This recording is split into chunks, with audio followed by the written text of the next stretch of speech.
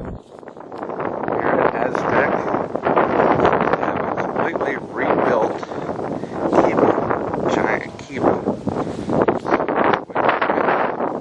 Let's see what they came up with. The entrance already looks different. I don't see the ladder drop or anything. Oh, maybe. They just closed off the sides. Okay, maybe kind of dark.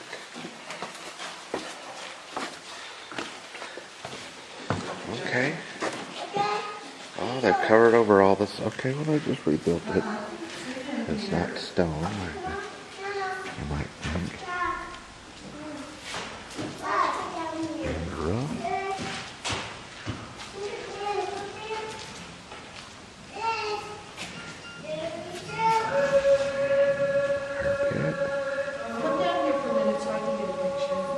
Okay, so this is what they think.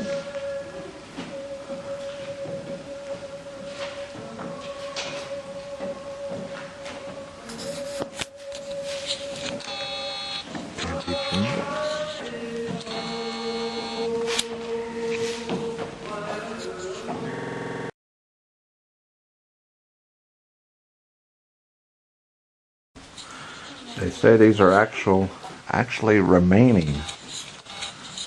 I wanted to see if I get close up enough so you can see the mud in between the slats. And that on top of beams.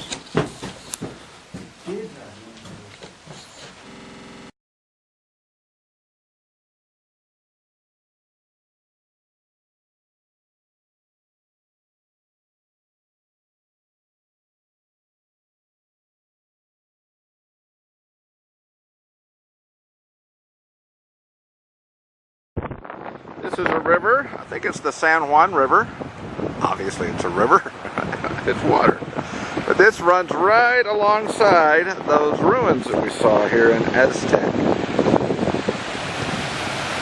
The ancient Pueblo Indian ruins in Aztec, New Mexico. They call them Aztec ruins. So that's what the conquistadors named them. They thought all Indians were Aztecs. Anyway, there's another little branch on the other side of this here.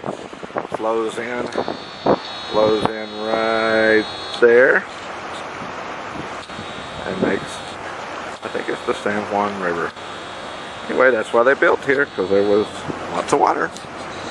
Little ranger girl said this river's been flowing this way for a long time. Didn't ask her where it came from, I should have. Oh well. Okay, more adventure.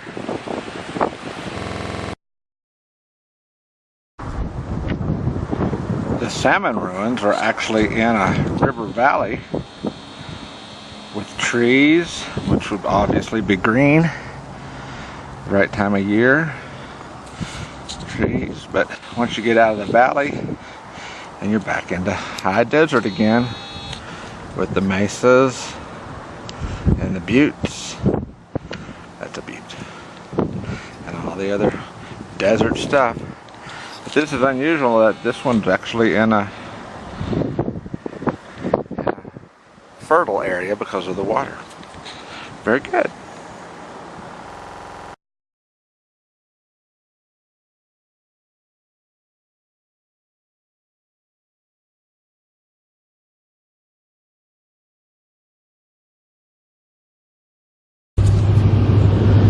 Just driving along, and we see another famous butte. I better zoom in some.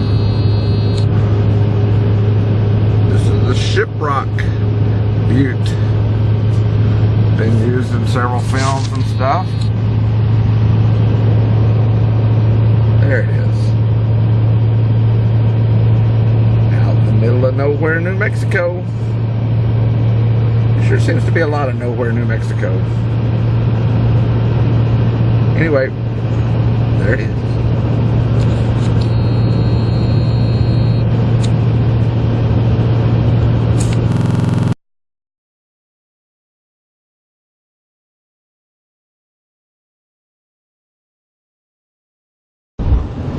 Having yet another dust storm today.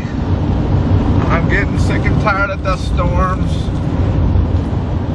Can you see all the dust blowing?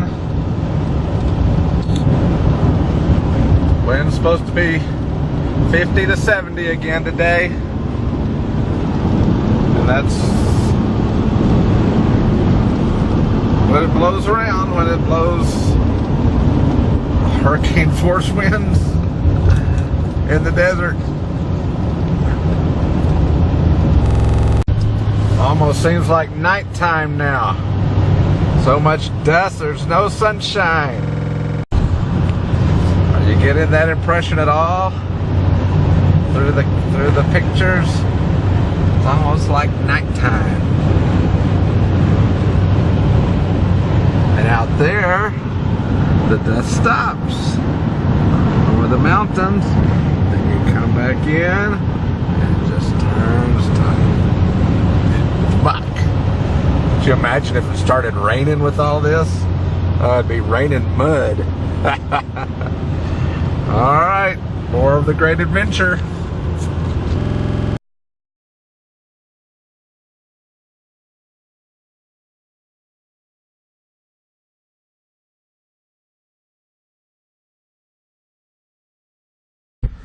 One of my questions, as always, is how did they do it? How did those early Indians get up here? Here at Mesa Verde. How'd they get up here? I mean, the National Park Service has built a nice road, but, you know, how do you get up and down cliffs like that on a mesa to go home every day? Things that make you go, Anyway, snow on the mountaintops, way out in the distance. Valley below. Cortez, Colorado is below. That's where I'm staying. Up here on top of the mesa. Headed to see some more ruins. At the highest point on my adventure so far. 85 feet. Almost as high as the mountains with snow on them. There you go. On and on. But I'm not going to the Rockies. I'm going west and south where it's still a little cooler. But the Ranger Fire Observatory, and walking around it, give you an idea. It's just hard to get in a camera the vastness of everything.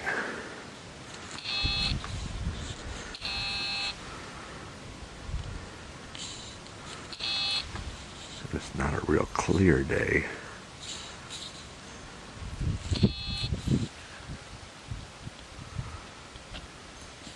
Oh, focus. There's the camera.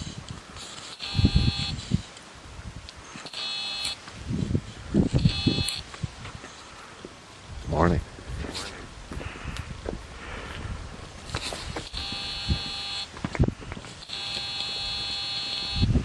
Anyway, this is the top of Mesa Verde. This is where the Indians got to. Oh, is that Shiprock? I think it is.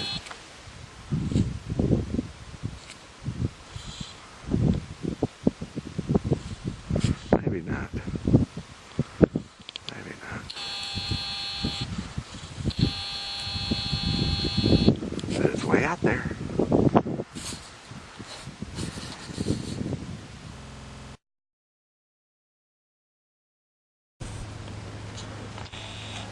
Spruce Tree House at Mesa Verde.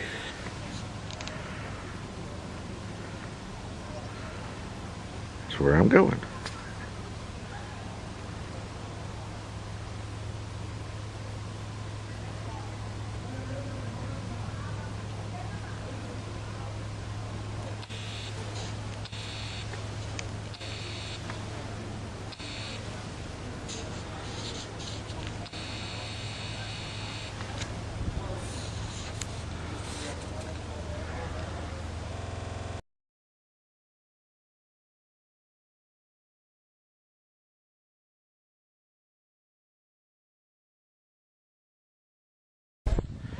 not so bad.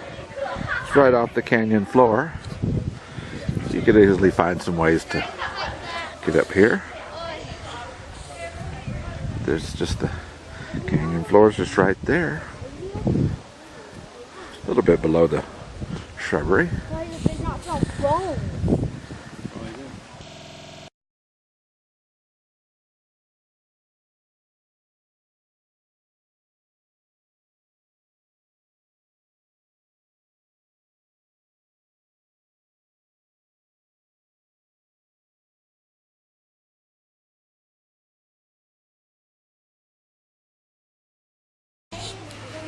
Alright, leaving Spruce Tree House. Headed back down the trail.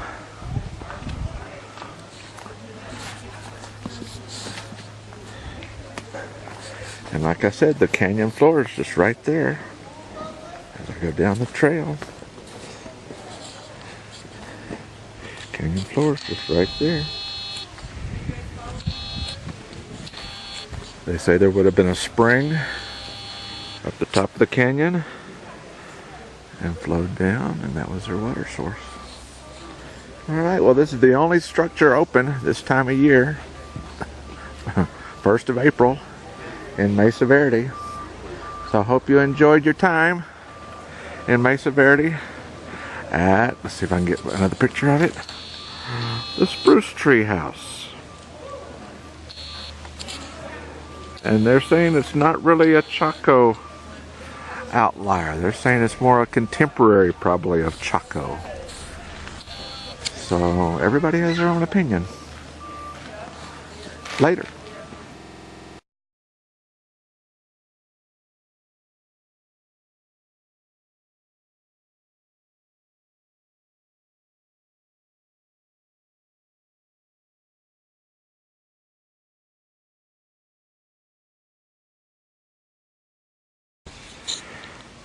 So here's the Square Tower House. You once again might ask yourself, well, how the heck did they get in there? Did they come down from the top and come down the wall somehow? Or you might say, well, they might have just walked up to the down from the canyon floor down there. I figure they didn't come down that way, because they might have come down that way and just walked across. If you go down to the canyon floor, you come around the other side, the canyon floor eventually drops off into nothing. You end up with the big bottom of the canyon. So then begs the question, if that's the bottom of the canyon, and those are the cliffs coming up to the top of the mesa, how the heck did people get down there to live?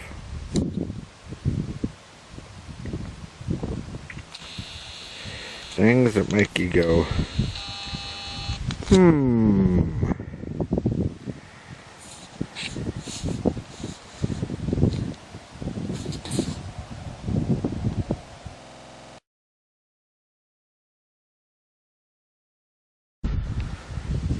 Alright, so live up in the cliff.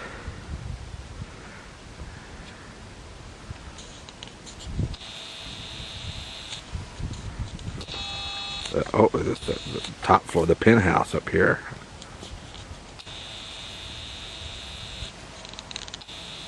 Okay, so you live in that penthouse. Oh, whoa. Oh, you might walk over this way a little bit. Bye-bye. Bye-bye. You too. Might walk over this way a little bit.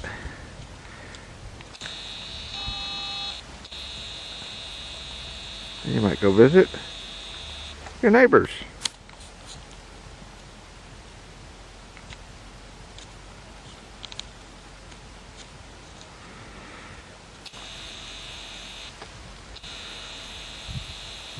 Or maybe you don't like them this week. So you might walk a little further. Might walk around. Might walk. Might keep walking.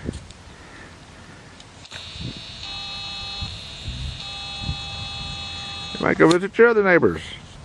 Maybe it's your in-laws. If you ever buy a camera that focuses, I hate modern cameras.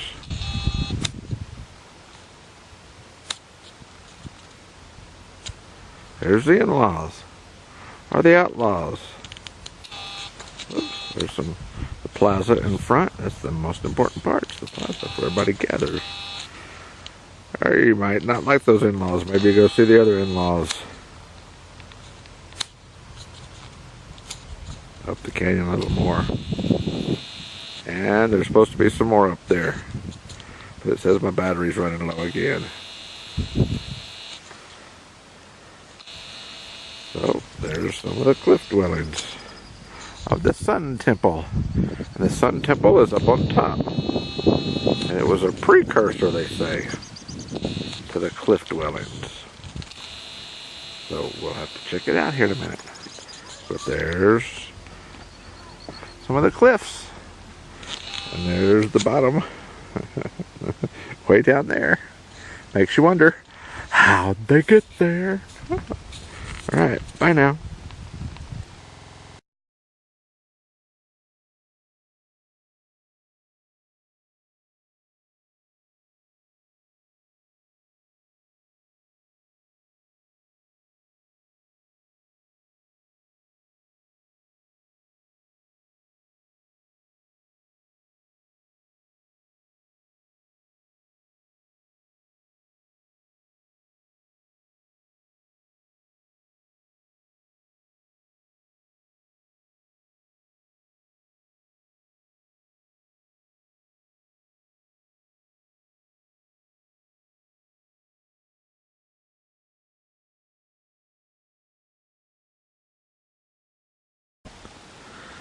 The last of my Indian communities.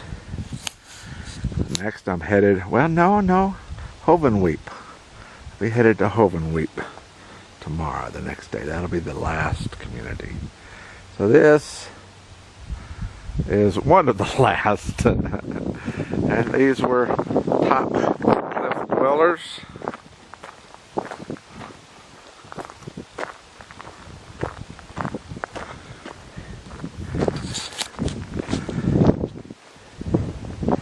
Mesa, I guess they would call it Mesa top dwellers here on top of the mesa. Otherwise not on a cliff.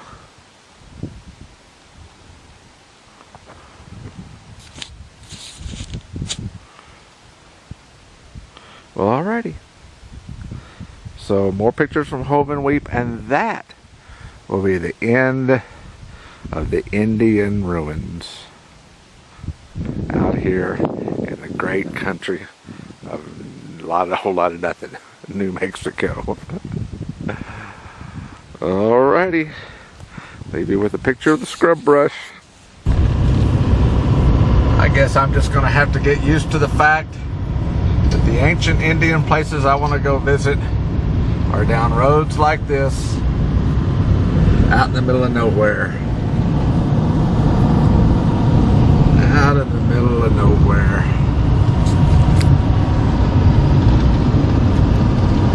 Have to get on top of a hill. Maybe we can see how far we can see. But anyway, headed to yet another Anasazi ruin area, Hovenweep. Alright, see you when we get there. Of course, the flip side to these roads that are nowhere is you get to drive through scenery like this. You get to see things.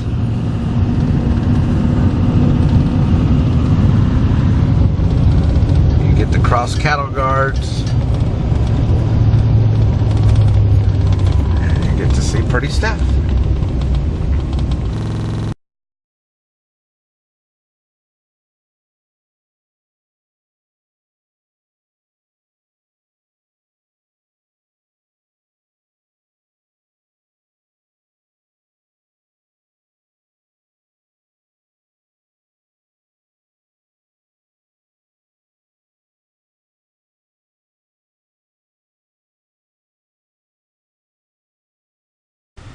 So here's the Hovenweep Castle.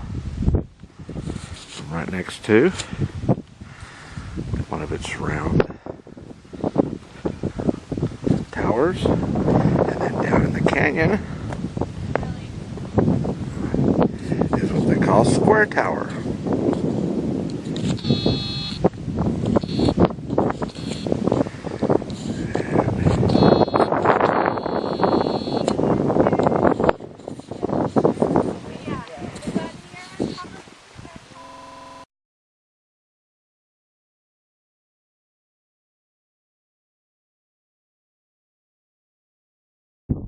From Square Tower, there was a spring back up here at the head of the canyon. And that's what this whole community was built on, was a spring at the head of the canyon.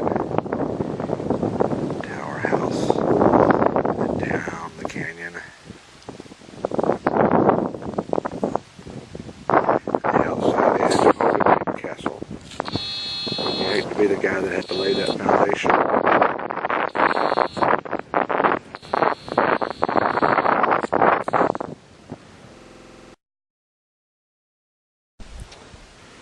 Well, hopefully you paused and read the plaque so you'll know what we're looking at. Because this is my last Anasazi ancient Indian site.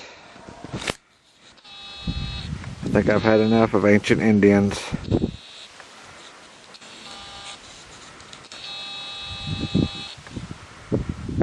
But it's all been real interesting. Why did they live like this? Why did they build like this? Living off the land and then needing water. I guess one of the other amazing things is it's just out in nowhere. It's all just, and they say, the rangers all say that there's just gobs of stuff. If you went hiking, just took off somewhere, you just have gobs of stuff just everywhere. There's just, it's kind of a yucky rainy day, but that should be Ute Mountain. But you can't see Ute Mountain, but there's just miles and miles and miles and miles and canyons and getting up and down canyons, and then our trip to Chaco Canyon. So ready for my next adventure now. Headed off to the parks in Utah, Monument Valley, Zion, Bryce Canyon, Escalante. Stacking up quite a list of parks, aren't I? Hope you're enjoying the pictures and the video and the information. Tell me if you're not, then I'll shut up. Otherwise, it's all part of a great adventure.